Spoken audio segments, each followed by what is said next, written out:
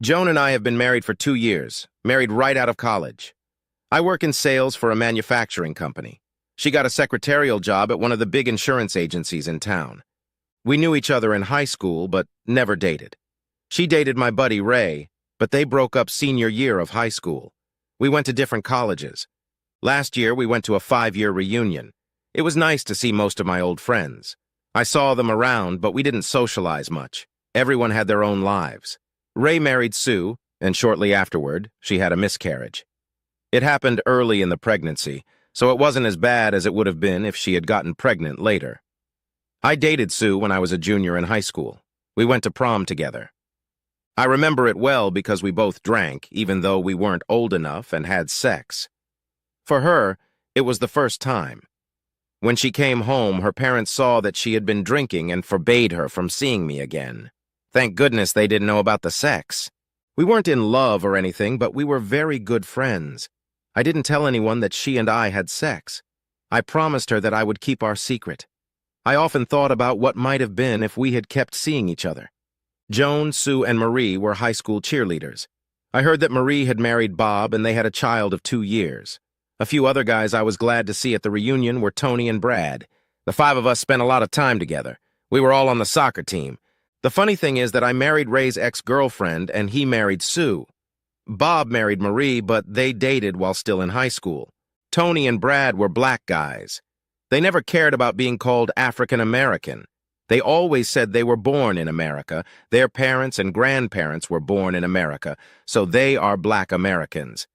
At the reunion, they were both with their wives. They were beautiful women. I even liked their names, Shauna and Victoria. They were as sexy as their names. Neither of them had children yet. The 2 couples had gotten married just last year. Tony worked at the factory where I worked. He drove a tow truck and was damn good at it. Both Brad and Ray sold insurance at the company where Joan worked. It was nice to get back with the old crew and meet the new wives. Looks like we all did a pretty good job. We decided that after the reunion we would get together from time to time and go out. After the reunion, we got together with Ray and Sue almost every month. With the rest of us, we got together on special occasions, like holidays or celebrating someone's birthday. Things were going pretty well, but one day Joan felt like things had changed. It was hard to explain.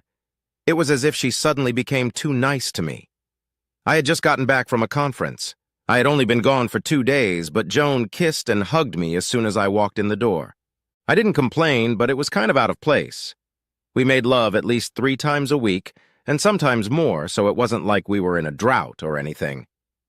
Before I could shower, she said she wanted me, and we went into the bedroom. I asked her what prompted it, and she said she just missed me. In the days and weeks that followed, she seemed different. When we went out with Ray and Sue, she no longer acted as friendly with Ray as I always remembered. Sue still always kissed and hugged me whenever we met. I'm not a detective, but I had to wonder if something had changed in their relationship. We still met every month, went out to dinner, and even danced. It just seemed like Joan and Ray weren't acting quite the same. Sue never said anything about them, so I thought maybe I was just overreacting. Besides, Joan had been more interested in my schedule lately, when I'd be out of town and such. That got me thinking again. We still made love 3 times a week, if not more. She enjoyed the sex, and I made sure she was always satisfied. I also realized that when we were dating Ray and Sue, they never joked about sex the way we did. I began to feel like they were hiding something. It was a gradual change, but I'd seen enough TV to suspect that this was the behavior of people who were hiding something. I wasn't going to make any accusations until I was sure something was going on. During the Thanksgiving holiday, we went to visit Joan's family. They lived about 40 miles away from us. During the visit, I caught Joan talking on her cell phone. I wondered who she was calling that was so important. She always paid her bills, so it would have been hard for me to figure out who she was calling on her cell phone without making a fuss. During Christmas vacation, we visited all of our friends and agreed that we would all go out together for New Year's Eve. I noticed that Joan greeted all of our male friends with hugs and kisses. We always did that. I greeted my wives the same way. It seemed that Joan was the only one who treated Ray a little differently. At the New Year's Eve party, everyone had a great time. I danced with all the wives, and my friends said I was lucky to be married to Joan. We had all had a lot to drink, which made for some loose talk. As Ray and Joan were on the dance floor, Brad mentioned that at school all the guys thought Joan was hot. He said, "Don't be angry," but we often wondered how hot she really was. For a lot of us, she was fantastic sex. "Your chocolate bunny looks pretty damn good, too," I replied. It was just guy talk, but it got me thinking. After drinking some more, I asked Brad if he ever saw Joan at work. He said he did almost every day, but only in passing. He said he had seen him and Ray go out to lunch a few times, but didn't pay much attention to it. When I was dancing with Sue, I realized she had too much to drink. She told me how much she liked me in school and wished her parents weren't so hard on me. Since she had a lot to drink, I wrote it off as talking about drinking. I did hold her close to me, and I enjoyed it. She was still someone special to me. I cared for her more than I realized. I saw Joan and Ray off to the side. It looked like it wasn't just friendly flirting. I saw them kissing as they crossed the hallway. I'm sure they didn't know they could be seen. After the New Year's Eve party, I began to watch Joan even more closely. One day when she wasn't home, I looked at our phone bills for the past couple months. Ray's number appeared several times on the cell phone bill. Checking the dates, I saw that she had called him 3 times on Thanksgiving alone, and even more on Christmas. I then checked this against my nightly appointments. I told her that I was going on a short trip at the end of January. It was true, I did have a sales meeting, but only for one night. Without her knowledge, I went out and bought 2 voice-controlled voice recorders. I put one in the living room and the other in the bedroom. I hoped I wouldn't find anything. I was not an extremely jealous person. Like I said, we all flirted with each other, but for me it never went to the jealousy stage. Admittedly, I did put a little weight on it when I hugged Sue. She didn't say anything, so I guess she didn't mind. Each recorder could record up to 6 hours. After returning from the short trip, I went straight home. Joan had already left for work. I got the tape recorder from the living room and it was full. I started listening and heard the TV running in the background. Then I heard Joan making a phone call. "Ray, he's gone and I'm home alone. Alone. Come and play with me." She was trying to sound like a little teenager. She must have turned off the TV and left the room because the recorder stopped. The next thing I heard was her opening the door. I figured it was Ray. "God, I missed you so much," Ray said. "We should be together. When are you going to leave Alex so we can be together?" "What about Sue? Have you forgotten about her?" Joan asked. "I married her because she got pregnant. I've always loved only you. No one has sex as good as you. I can't wait to get in your pants." "Let's move to the bedroom. I shouldn't have let you go." I stopped the recorder and pulled out the one in the bedroom. I was really pissed off. It amazed me that Sue was a wonderful woman and he was abusing her and Joan was his whore. Those 2 assholes deserved each other. The tape from the bedroom was all sex. She was moaning and groaning and he was asking her if he was better than me. After she was done, he asked her again, "Do I have you better than Alex?" "Yes, I like the way you have me. I want you to fuck me again." "When are you going to leave Alex so we can be together?" Ray asked. "I don't know. I want to be with you, but Alex has been good to me. He gives me everything I ask for. Can't we just be buddies for a little while longer? It would be hard to just walk away from Alex. My family loves him, and he's a good husband and lover." "I thought you just said I was better. Who is better at making sex with you, Alex or me?" "You're both different. Alex is more gentle, but you're rougher and I like that." I heard them start having sex again. I knew this marriage was over. I loved her, but I didn't realize how quickly love could turn to hate. Now I had to come up with a plan to get even with her and Ray and still act normal. Back in the living room, she told Ray that she loved him and only him. She would think about what she could do to break up with me so that I wouldn't find out that she still loved Ray. When she got home, she greeted me as usual. I had no problem fucking her, but I decided to be a lot rougher and a lot less gentle. She wanted rough, and she would get it. And she did. The next day, I called my friends and asked them to come over on Friday of the week and play cards. We did this every couple months. I told them I had a surprise for them. When they asked what it was, I told them they would have to come over to find out. I told Joan that the boys were coming over to play cards on Friday. She reminded me that we were supposed to go with Ray and Sue on Saturday and celebrate Valentine's Day. We had already made reservations at the Holiday Inn. Joan and I were going to stay the night. Ray said that he and Sue would probably drive home that evening. I asked Joan if she was going out on Friday or staying home. She replied that she would stay home since we were going out on Saturday. I thought, good, that fits in with my revenge plans. I knew our marriage was over. I just needed a little revenge on Joan and Ray. We rented an apartment and each of us owned or at least paid for our own car. Other than that, we didn't have much money. Between us, we made quite a bit, but as Joan had already said, she got whatever she wanted. We had a few thousand in savings and about the same amount in a checking account. The credit cards we paid off every month. That was one good thing we decided to do when we first got married. We were paying very little interest, which kept us out of debt. I talked to my employer, and he offered me a position in sales in Kentucky. It was about 300 miles from where I lived in Ohio. He said that if I accepted, they would give me a raise and pay my moving expenses or rent for 6 months or until I was settled. I asked how soon I would be transferred, and he said any time within the next month. They wanted to fill the position by the end of February. He said he would understand if I didn't accept the position, but he should offer it to me. Without flinching, I told him I would accept and be there by February 13th. He was surprised that I was ready so soon. I told him I was getting a divorce and wanted to get on with my life as soon as possible. That gave me a week and a half to prepare. I asked him to keep the moving and divorce information private since my wife had not yet been served with the papers. He said he sympathized with me and wished me all the best. I left the office and headed to the attorney's office. I explained my situation and said that I needed to have the papers served on my wife at the Holiday Inn while we had dinner. Joe Lester had been my family's attorney for as long as I could remember. I told him that I have proof of adultery, but I just want the marriage dissolved. We have a no-fault state, but considering we had very few assets and had only been married for 2 years, there was nothing to divide.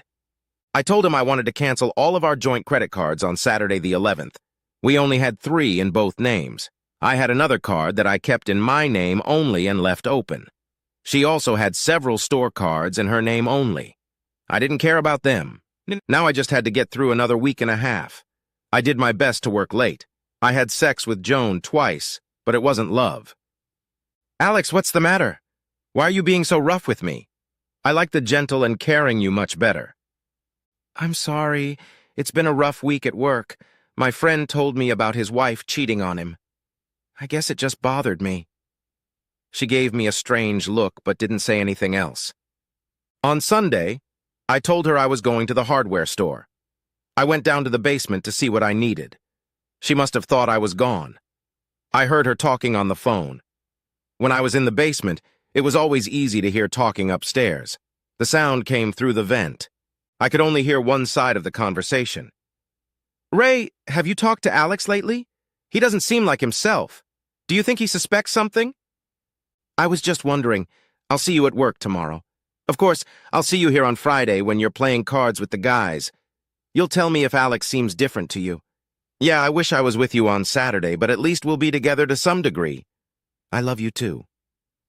Walking up the stairs, I caught Joan off guard. I thought you went to the store. I had to check to see if I had the nuts and bolts first. Who were you talking to? She hesitated, then replied, Mom, I asked her for a recipe. I thought I was going to make cookies for your card party. You don't have to. I'll just have cheese, bologna, and crackers. I need to buy beer and liquor. I'll talk to you later. I'm heading to the hardware store. I was actually buying a tripod for our video camera. I would need it on Friday. All week I hadn't had sex with Joan. I could tell she was a little worried. Thursday I picked up food and booze for a card party. When she asked me to make love to her that night, I told her to wait until the guys left on Friday night. Besides, we had a Saturday night at the Holiday Inn coming up. I told her I hoped it would be a night out. She didn't say anything, but I knew she was interested in what was going on. To this day, I had never turned her down for sex since we had gotten married. After work on Friday, I set up the card table and laid out all the appetizers. I also had plenty of booze. Joan asked me what was going on. I told her it was a boys' party and we were going to drink a lot. They all knew about it and came in a cab, all except Ray. He lived on the next block. They all showed up, and the first thing they did was hug and kiss Joan. I remember Tony saying, "God damn, you're one lucky son of a bitch, what I wouldn't give for a night with a woman like Joan." Everyone laughed except Ray. They said they all felt the same way. Then I said that they all had amazing wives that they should be grateful to for putting up with them. Everyone laughed again except Ray. That's how we socialized. Under the right circumstances, I'm sure they would have loved to fulfill their fantasy. Everyone was drinking mixed drinks. When they asked what the surprise was, I told them it would be later. Joan was dressed in tight jeans and a tight blouse. It showed off her assets well. "Holy shit," Bob said. "You haven't changed a bit since high school. Still just as sexist." Joan smiled at him. Ray said, "Better not let Marie hear you say that. She might bust your head open." "Bullshit, Ray. Even Marie knows that Joan was the hottest girl in school. Marie is a good-looking woman, but admittedly, we all dreamed of Joan." "Okay, that's enough," Ray said. "I think we're embarrassing Joan." I looked up, and a smile appeared on Joan's face. She wasn't embarrassed in the least. I guess it was Ray who didn't like the sex talk. A few hours passed, and all the guys were already well intoxicated. They started talking about sex and even their wives. Even Ray was drunk, but he didn't talk, just listened. I saw Ray go to talk to Joan. I figured she wanted to see if he noticed anything. Then he headed for the bathroom and then came back. No one noticed, but I only had one drink and drank sodas the rest of the evening. I got up and made Joan another drink. It was a screwdriver, but I put a lot of medicine in it. After a few minutes, she was passing out like a light. My buddy who sold me the stuff said it was a sleeping pill, but a person could still feel and react in their sleep. About 10 minutes after Joan drank her drink, she told the guys that she felt tired and was going to go to bed. "Shall I put you to bed?" Brad asked. Joan only smiled. Another half-hour passed, and the guys were still drinking and playing cards. I excused myself and went upstairs. I set up the video camera in the closet. Then I undressed Joan completely. She was naked and covered only by a sheet. I took some towels and spread them around, especially under her ass. I went back downstairs and heard that the guys had gone quiet. I asked them if they were talking about Joan again. They laughed, and I told them I had a surprise for them. I asked them to follow me up the stairs and into my bedroom where Joan lay. "What the hell is going on?" Ray asked. "Well, guys, I'm going to be straight with you.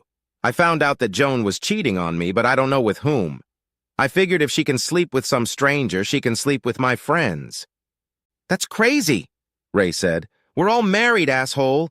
There's no way I'd do that to Joan." "Look, Ray, she's sleeping with me, and when I find out exactly who she's dating, shit's going to hit the fan. I know all you guys wanted to fuck her back in high school. Now's your chance." "I'm not forcing any of you, so if you want to refuse to have sex with her, so be it." I opened her up, and her beautiful body lay there. Her breasts looked magnificent.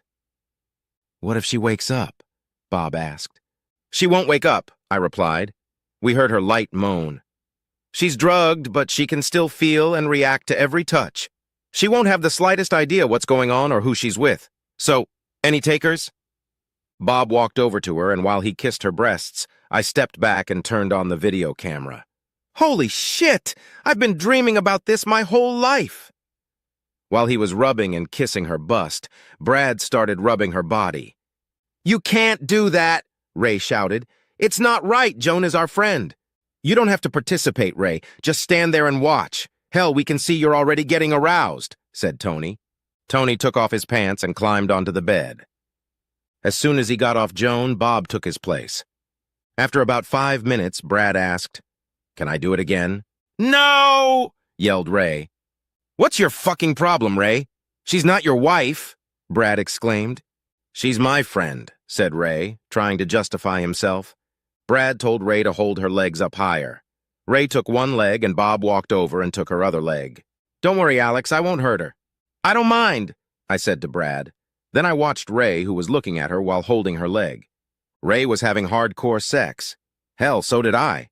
Watching her get what she deserved was satisfying. "So, Ray, are you going to fuck her? You were telling us how good she was when you went at it with her," Brad said. I looked at Ray. He always told me he never slept with her. Even Joan said they had intimacy but never intercourse. Needless to say, I wasn't surprised to hear the truth on tape that day and now. Ray did the same thing with her. When Ray got off her, he pulled up his pants. "What happens now, Alex?" Bob asked. "Nothing. No one can know. This is just between the 5 of us. You can all keep that secret for now. Honestly, guys, I'll probably divorce her as soon as I find out who she slept with. Consider this my parting gift." "What about the mess?" Tony asked. "Maybe we overdid it?" "I'll clean up after her. I'll just tell her I got horny after you went home. There's no one to tell her any other way. Just so you guys know, if she hadn't cheated on me, you would never have been allowed to have sex with her. It was just my way of getting even with her." The guys thanked me and said they would never forget that night. The night they slept with Joan Andrews. They hailed a cab and left. They took Ray with them, but he wasn't saying much. I went upstairs and looked at Joan. I turned off the video camera. No one said they had seen her. She was a very sexy woman, and I would miss her. After washing her properly, I put the video camera away and lay next to her one last time. She woke up before I did, and I could imagine what happened when she went to the bathroom. When I woke up, she was downstairs, sitting at the table drinking coffee. "What the hell did you do to me last night?" she asked me. "Shit, I've never been hurt like that." "When I came up the stairs, you were still dressed. I took your clothes off, and you looked so sexy. I took Viagra for the first time. I promised you a good night out at the beginning of the week, remember? Maybe you had too much to drink. I don't know. But I was horny as hell. I'd already taken the Viagra, and that's why I fucked you, silly." She looked at me, wondering if I was telling her the truth. She rarely passed out drunk, and was probably wondering why she wasn't waking up. She said she had taken 3 Advil pills before going to bed. She had a slight headache. I told her that and the drinking probably knocked her out. I didn't realize she had taken the pills. I guess she wasn't too worried because her lover Ray was around. Maybe he can explain to her why she doesn't remember anything.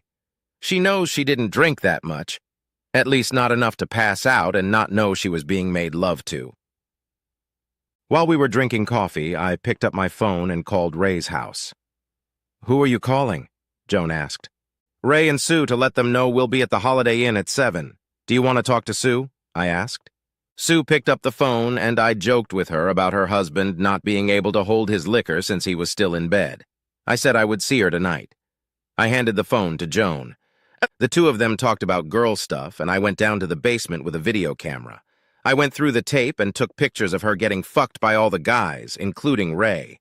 I wasn't in any of the pictures. I did my best to make sure I didn't have any pictures of Joan. I made 2 copies of the photos, 10 in all, and none of them showed her sleeping or being forced. If she wanted to press charges, she'd have a hard time getting the guys to tell the truth. Hell, they could be charged with rape. No, she didn't go to the authorities or fight the divorce. She was getting ready for our evening out, and I have to say she looked great. I even told her that she never looked prettier in her short black dress that showed off all her best assets. Why did she have to cheat on me? We could have had such a wonderful life. We were sitting at a table when Sue and Ray showed up. Ray threw me a rather shitty look, but I stood up and gave Sue a big hug and kiss. Ray kissed Joan but looked upset. We ordered drinks, and I gave Joan a Valentine card. Ray gave one to Sue. I looked at Sue. I felt so sorry for her. She was a wonderful person and deserved so much better than a crook like Ray. I often wondered what might have been if her parents hadn't forbidden her from seeing me. Looking at her, I think she was as beautiful as Joan. She may not have emphasized sex like Joan, but she definitely had the looks and character. She was the only one I felt sorry for in this whole mess. She should have stayed in the shadows, and it would have been my fault. I wish there was another way out, but now it was too late. I got up to go to the bathroom and meet with the lawyer. I gave him the photos and copies of the audio recordings. He took one look at them and put them under his papers in the folder he was going to give to Joan. I went back to the table. After dinner, we were sitting around talking when my attorney Joe Lester came over to our table. Joan had met him earlier and said hello. I introduced him to Ray and Sue as my attorney. Joe looked at Joan. "I hate to do this, Joan, but you've already been served." "What the hell is this?" Joan shouted. "It's divorce papers," said I. "I've known about you and Ray for a long time. I suggest you sign the papers and return them to Joe as soon as possible." I'll use irreconcilable differences. If you don't resist, then it will be because you're cheating on me with Ray and the others. What are you saying, Alex? That Joan and Ray are having an affair? Sue asked. Yes, I think it started way back after we reunited. She used to go out with him every time I was out of town. Also, they used to have lunch together at work, but I have a feeling what they ate wasn't food. You fucking bastard, Ray said. You can't prove shit. Joan and I are not having an affair. Believe me, Sue, I wasn't with Joan. Joan was going through the divorce papers when photos spilled from a folder onto the table. Sue picked up one of them. It showed Ray on top of Joan. You bloody lying bastard, Sue said to Ray, punching him in the face.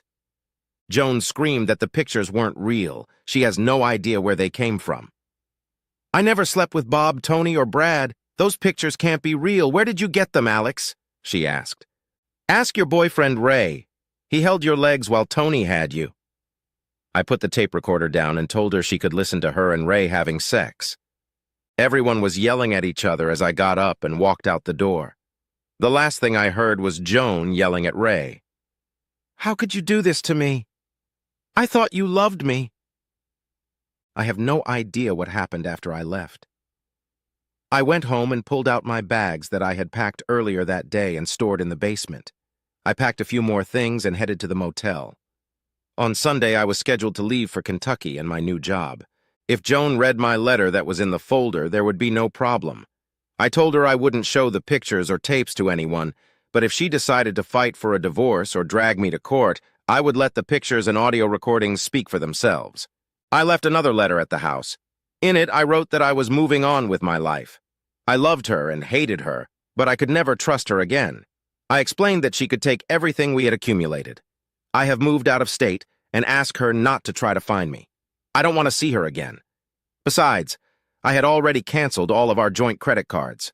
I called Joe at noon on Wednesday, and he said Joan had already been to his place and signed the papers on Monday. In 3 months, I would be a free man. True to form, he said Joan burned the pictures while in his office. She said it was in her best interest. After I left, he told me that the three at my desk had an argument. Ray was also furious that he had to pay for our dinner. His wife, Sue, got up, called Joan and Ray cheating bastards, and drove off in Ray's car. Sue stopped by Joe's on Tuesday and filed for divorce from Ray. Joe thanked me for referring him to legal work, but asked me not to send him any more letters like that. Epilogue. It had been 4 months since I left the restaurant. I've kept in touch with Joe, and a month ago he sent me the final judgment. He said he had no idea what Ray and Joan were doing now, but informed me that Sue had gotten a divorce and their house was up for sale. I had kept in touch with my parents since the day I left. They said Joan had called them, but they told her they wanted nothing to do with her. I told them that I found out she was cheating on me with Ray. That's when I got a job in Kentucky and got a divorce. I told them I would visit them sometime and let them know when I got there. I didn't want to ever see Joan or Ray again. I had a one-day sales meeting in Indiana, and when I got home, there was a knock on my door. I opened it, and there stood Sue. "What are you doing here?" I asked her. "How did you find me?" "I went to see your supervisor, and he told me that you had been transferred to Kentucky. I kept trying to track you down. I finally found you, but you left without saying goodbye. You know you left me with a hell of a situation." I apologized to her and told her I was sorry, but I couldn't let Joan and Ray know what I'd found out. If I told her, she would probably kill Ray. I smiled at her and invited her in. She asked if I could take her in for the night since she had sold their house and was looking for a place to live. I looked at her. She was as beautiful as I remembered her. I invited her to dinner and we got to talking. She said Ray told her that I had told her that I had set up the photo shoot, but it had really happened. She also said she heard an audio tape of Ray cheating on her with Joan. Joe gave her a copy for her divorce if she needed it. "Alex, I understand that you want a divorce, but why would you set Joan up like that? That's not like you." "Well, it was either that or I would have killed them both," I replied. "We've all known each other for years, and if Joan wanted to be with Ray, all she had to do was say so, and we could have gotten a divorce, but they had to go through with cheating on me and you. I couldn't let that happen without a little revenge." "I'm just sorry you got hurt because of all this mess. You deserved so much better." I asked what her plans were, and she said she didn't have any plans yet. She just needed to get away for a few days after the divorce. That's when she tracked me down. This all happened a year ago, and since the day she showed up at my apartment, she has never left my side. I got her a job as a secretary in my office, and 2 months after that, we got married. Both her parents and my parents came to the wedding. Sue told her parents that she loved me and they would have to accept that. She called them yesterday to let them know that they are going to be grandparents in a couple of months. One more thing. Joan is having a hard time confronting Tony, Brad, and Bill. Their wives don't know about the card game incident. The guys didn't even know about the pictures, and Joan destroyed them. They have decided to deny the incident if it ever comes up. According to recent reports, Ray still works in the same office as Joan, but they are having a hard time. She can't seem to forgive him and doesn't believe he tried to stop his friends from having sex with her.